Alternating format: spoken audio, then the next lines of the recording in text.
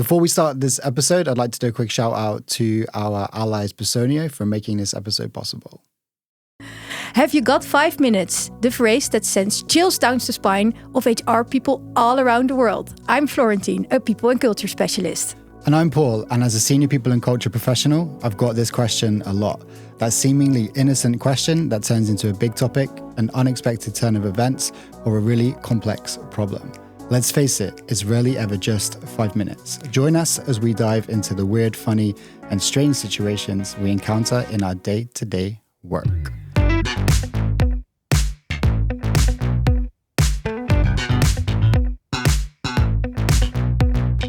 Right, and this week we're back with a really interesting topic because we're going to discuss reorganizations and culture after change. One of my fave topics. I know, right? Yeah, right.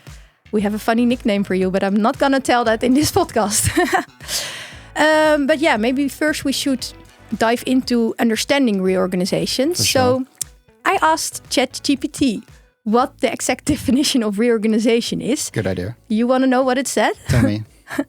Reorganization refers to the process by which a company or organization changes its internal structure, operations, or strategy.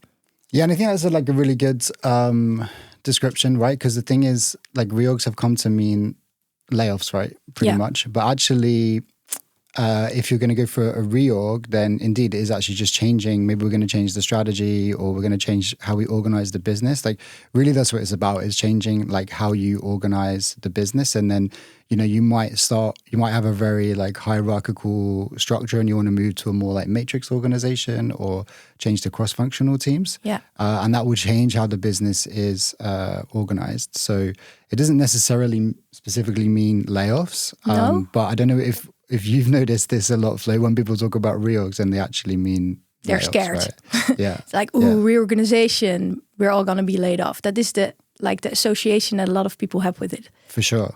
Yeah. And I think, and I mean, to be honest, now I really think it has just become a code word for layoffs, to be honest. I said to my manager, oh yeah, let's reorganize the team. And she was like, don't say that word. You can't say the word reorg.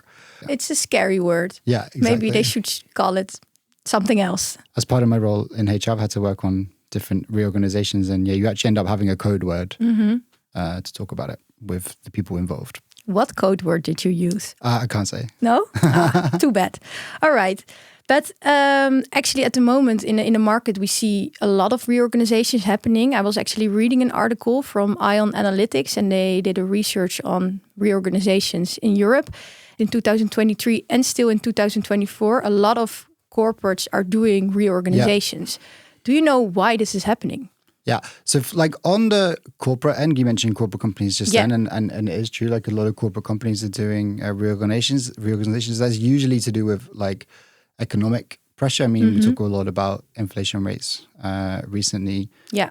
Previously we had the pandemic, for example. But it's also to do with the pace of technological change. For example, one thing people are talking about now is AI, right? So then already, and I think, how do I explain this? It's not necessarily good, but it's now leaders of companies are quite bold in taking fast decisions, which on the one hand is a good thing, right? Because they need to make fast decisions to keep up with the pace of change. Yeah. They're making really quick decisions, and then that can affect whole departments in the company. Yeah.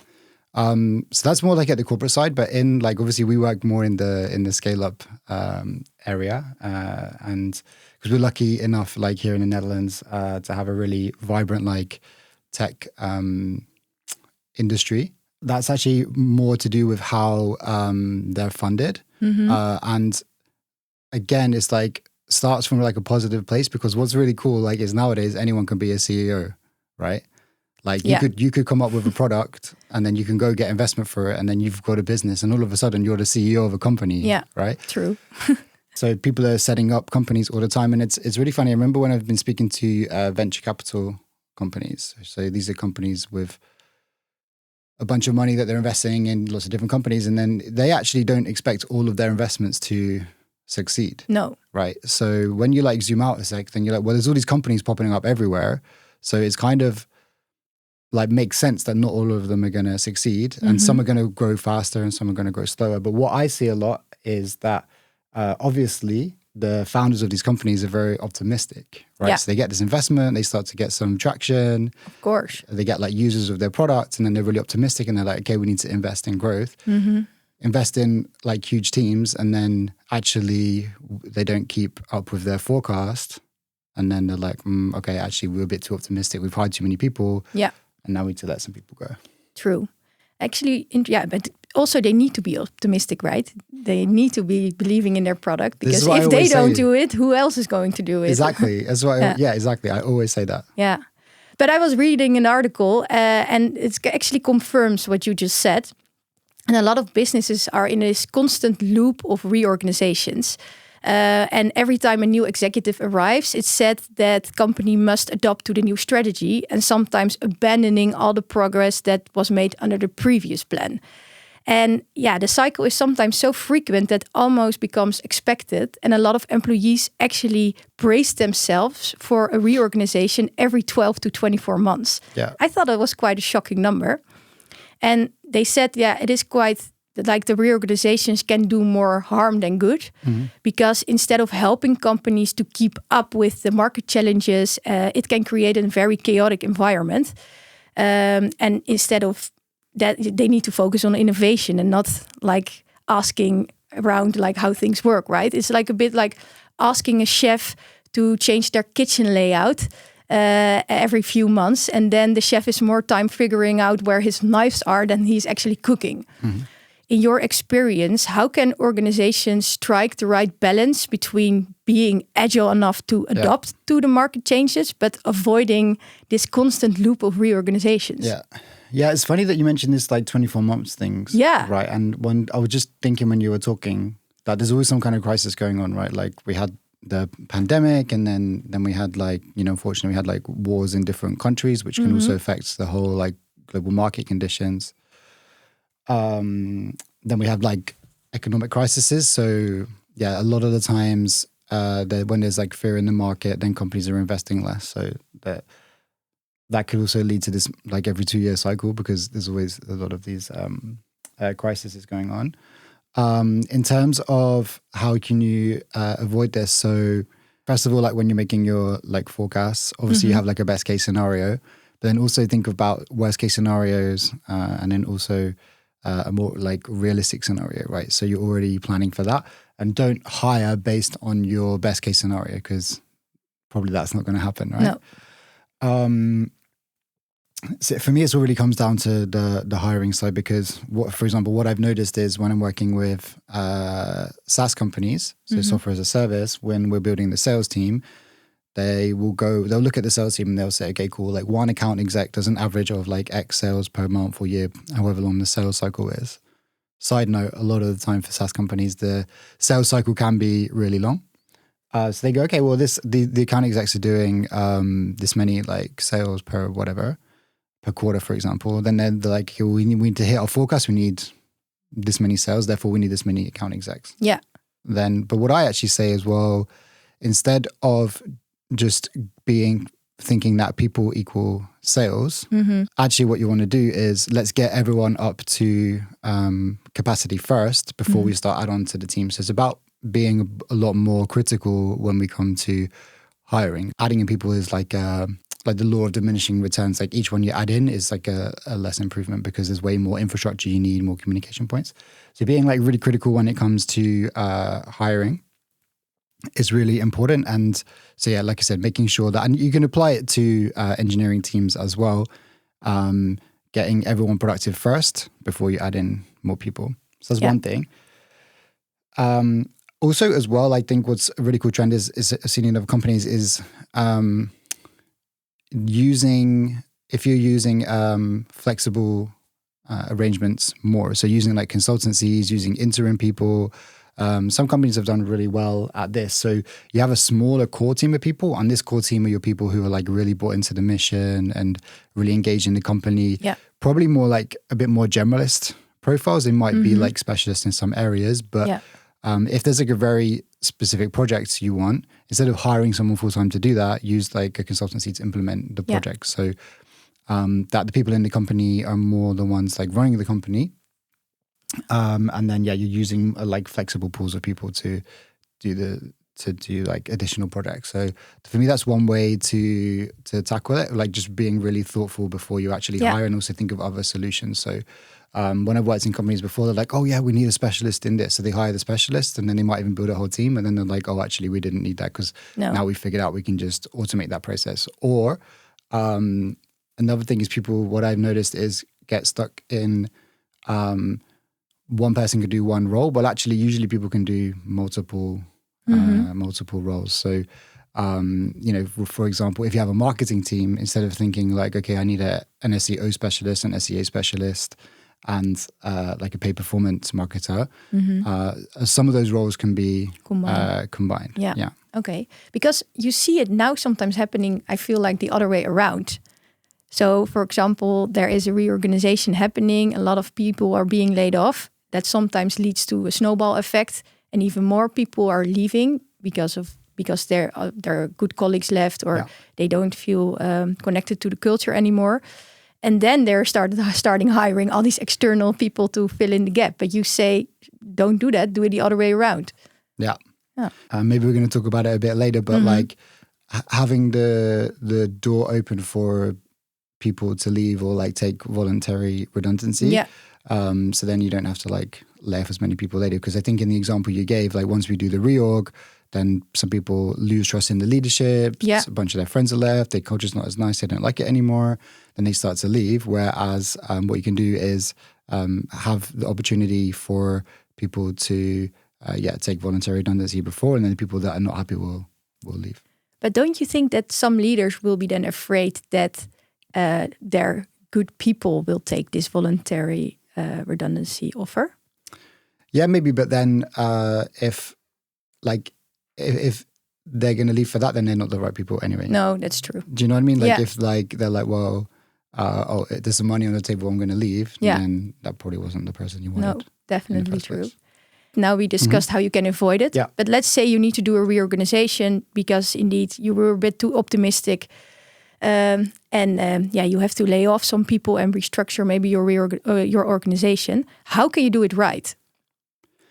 Yeah, so what I've noticed is that it really comes down to the trust in the leadership. Yeah. And if people believe in the leadership, then it's probably going to go smoothly, because like realistically, when, particularly in the market segment we work in, which is more like the scale up stage, in that maturity stage, if people really believe in the leadership, then it's going to work out, because usually it's because the purpose of the reorganization is to maintain the long-term health of the business. So you're having to let go of some people now to enable long-term health of the business, because usually the companies are still at the investment stage. And what I mean by that is they're still like investing in the future. So they might not necessarily be profitable because they're investing in future growth. Yeah. So that means they have like what we call the runway, right? Which is how long they can survive without any additional investment. So to secure the long-term health of the company, to make the runway longer, they need to let some people go. Okay. So first of all, if the people believe in the leadership, then it tends to go a lot easier.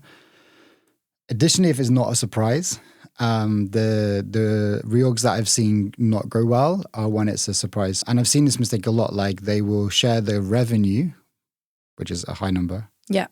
But they're not actually showing the profit, because they're not showing that the operating costs are more than the revenue. Yeah. A side note, I heard this quote and it was like, turnover is vanity, profit is sanity, and then cash is reality. So not sugarcoat the actual result. Exactly. Yeah. Exactly. So I've seen it at companies before when like the account execs are signing huge deals, the engineering team are like launching all these products and everyone's like, wow, everything's going great.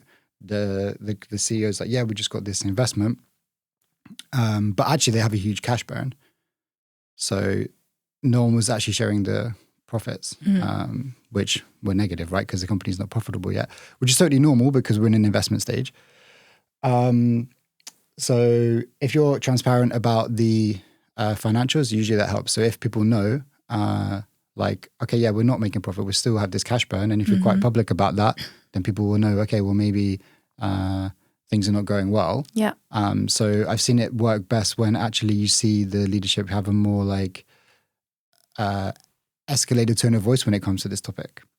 So that the employees see it coming. So exactly. Yeah. What kind of questions can you expect from employees when you have a reorganization? What can you as management prepare? Yeah, I mean, to be honest, like once you've announced the reorg, like once it's got to the day of like, okay, we're doing layoffs today, like the question is, am I affected or not? Yeah.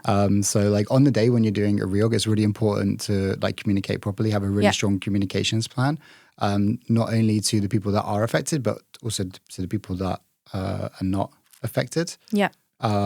So like it becomes kind of like people are thinking about themselves all of a sudden, right? They're like not really concerned about the company. So for the people that are affected, they're like, okay, well, what's happening to me? Like, when's my last day going to be? Like, how long am I going to get paid for? Like, do I get any like additional money? Is there any support in help with the transition?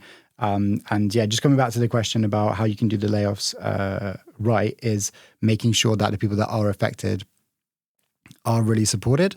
So there's lots of stuff you can do. Like, for example, you can get your recruiters to look over the resume of the people that are affected to help them with their job search, even do interview training for them. Yeah. You can pay for a career coach to help people, like, number one, think about actually what is the next step they want to take, how to help them in that transition.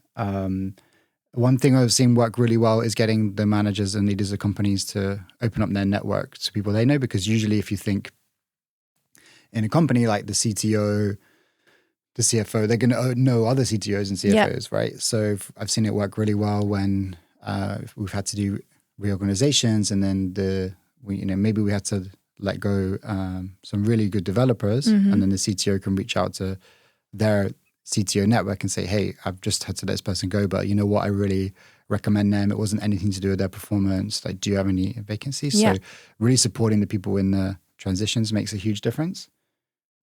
For people that are not affected, have you ever heard of survivor's guilt? No? Tell me. So survivor's guilt is like the people that are not affected feel bad. Yeah. Because they're like, that person was so good, I can't believe they got laid off and I didn't. And then there's this kind of like guilt. And they also might be feeling vulnerable as well. So it's really good. So really important to reassure them. Additionally, the company's still running, so work still needs to be done. So I think what with the non-affected people, it's really important to have clarity. Yeah. So really have thought, okay, well, how are we going to manage the organization now? Because the way they see it is like, well, the same amount of work needs to be done, just with less people. How's that going to work? Am I going to have to do more work? Yeah. So yeah, these are the kind of things you need to think about if you want the reorganization to go on. I think also people say this a lot, but it's really important that the leadership are really visible during this time. And how can you be visible as a leader? Yeah. So I think,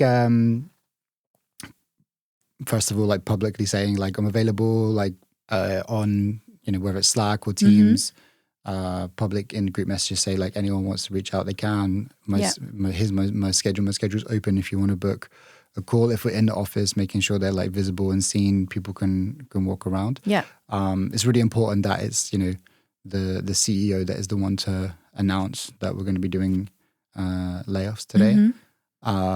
So yeah, like visible like that. How can you then, for example, I'm a new HR leader or lead, and my organization is going to a reorganization, and we need to lay off some people. How do you then start? Where to start? Who are you going to lay off? Is there a structure? Yep. Well, firstly, in the Netherlands, we have this thing called the afspiegelingsregeling. Do you know what that is? Yes. Did I say it right? The afspiegelingsregeling. Afspiegelingsregeling. Something to do with a mirror, right? A spiegel is a mirror? Yeah, indeed. Okay. Reflection, mirror, Yeah. Okay, so usually it's financially driven, right? So we're like, okay, we need to get our costs down to X amount. And you would have figured that out. You would have said, okay, well, we predict the profit will realistically be this much. So therefore we need to keep the cost base below that. So we're going to pick a number that our costs have to reflect. Yeah. Then we start doing cost cutting, like taking out where can we save money. So usually there's like a number we have to hit. And obviously we have everyone's salary and we have this number. So usually the payroll costed X million and we need to get it down to Y million, right? So we have a number that we need to reduce cost by. Yeah. Then we're like, okay, well, if I speak to any manager, usually they want more people, not less. Yeah. Right? So then it's like we have to come up with how we're going to design the organization. So the first thing we do is go, well, what is the roles that we need to manage this organization? So what positions do we need to manage this organization? Mm-hmm. So we create that. And then we go, okay, well, so it's about roles. We haven't talked about any people yet. We're just it's just positions at this point. Then you're like, okay, well, what people do we have and what skills and competencies do they have and which ones can fit into these roles? Yeah.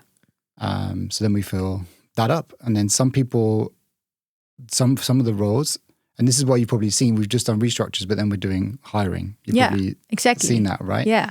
And one of the reasons for that is because the people in the like old org, there's some people there that don't have the skills required for the new org because maybe it's a competence that we don't need anymore because we've been able to automate that role. Yeah, because sometimes you combine roles and...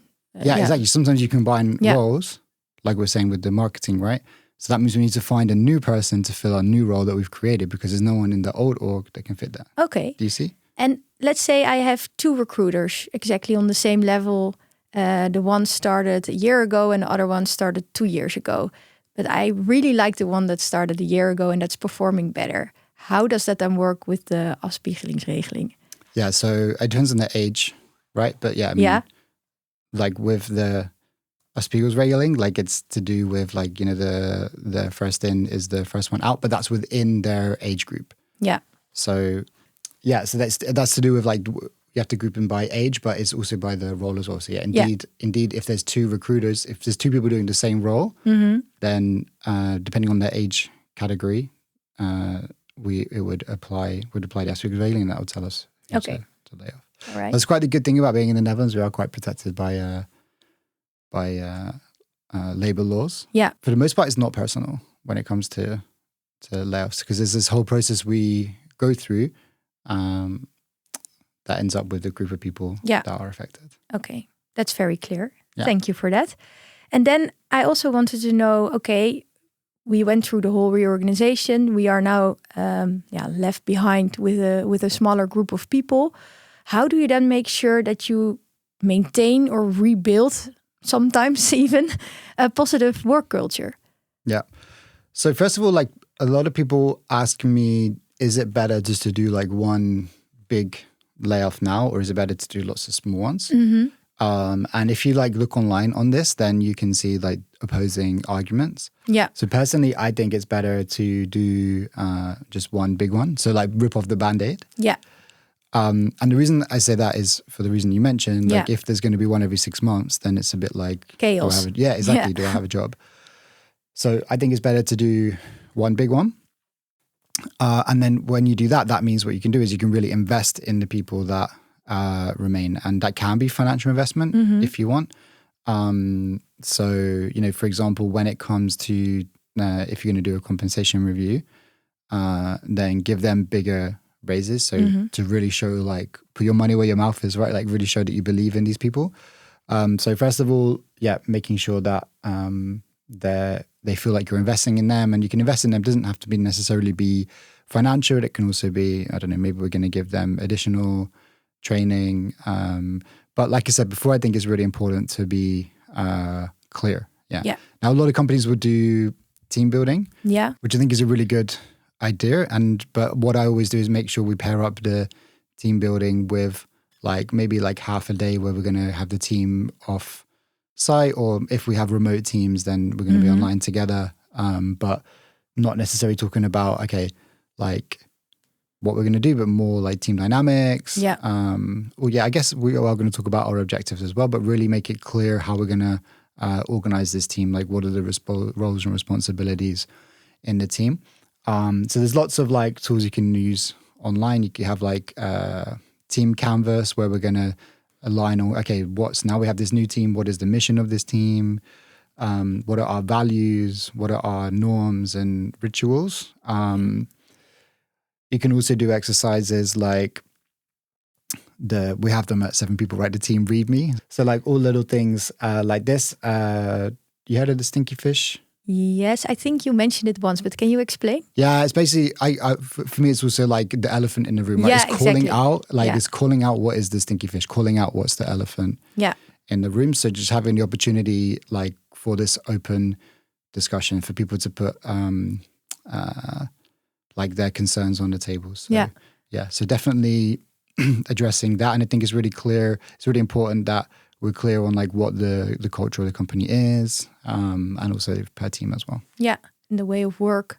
Yeah, exactly. Yeah, way of working too. And when do you start with this? Because sometimes it's you have the situation where, you did the reorganization, people are laid off now, some people left, and you still are in this nowhere of chaos sometimes, if you know it, a nowhere's land of chaos. Yeah. Because you always hear when you are working like the excuse of, but we're going to do that when we hired the new head of blah, blah, blah. Yeah. Or no, we're going to do it when the team is complete. And then you are 6 months later and you're 6 months in this period of chaos. So what do you think is the best way? When should you start doing these team building sessions? Yeah, as soon as possible, for sure. Yeah? So I think the thing is when we're doing like reorganizations and a lot of like you're being led a lot by local labor law, which is very different in each country. So that's where like a lot of work for the people team comes in, because they're having to figure out all different labor laws in different countries. And, you know, as you know now, because now we have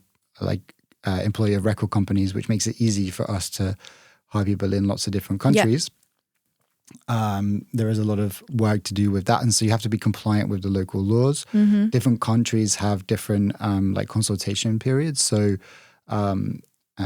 there is like a moment immediately after the reorganization where we can't say who is affected and who isn't. You know if you're affected or not, but I can't say, let's say we have a reorg and I can't tell everyone who's affected yet, because we're still like negotiating with them. We're still and it's also about like respecting them as well. It's like, okay, let's make sure everyone is the people that are being laid off are laid off in the right way and they're being treated well.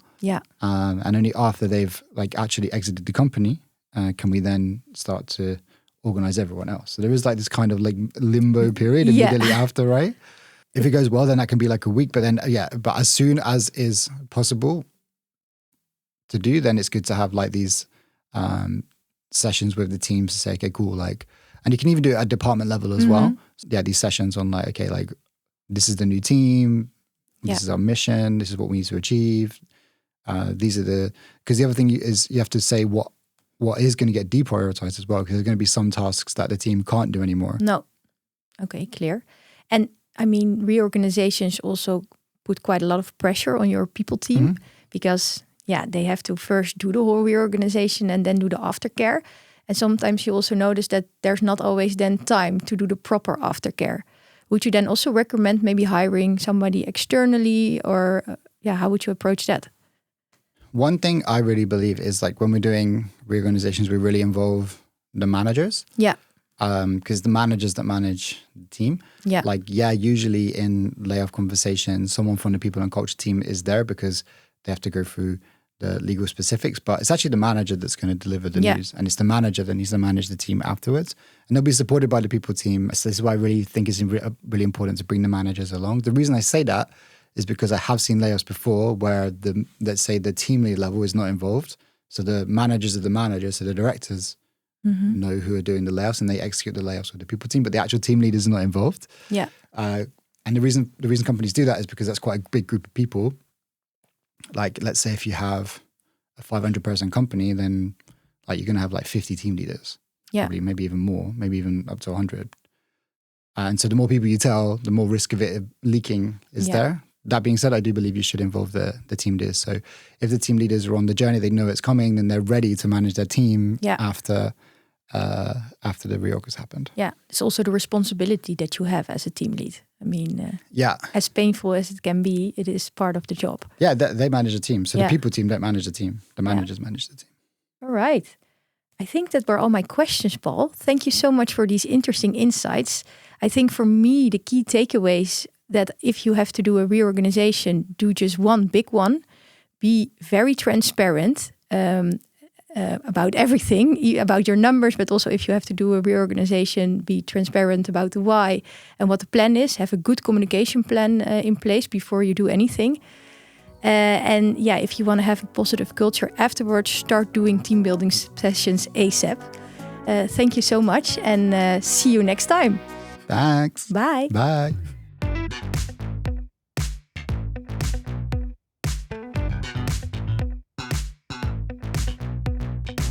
All right. Have you got 5 minutes? That again. What I've seen with afspiegelingsbeginsel. Yeah, it's actually afspiegelingsbeginsel, but that's even more difficult to. Ik spreek niet zo goed Nederlands. But I was actually also reading an article that converse,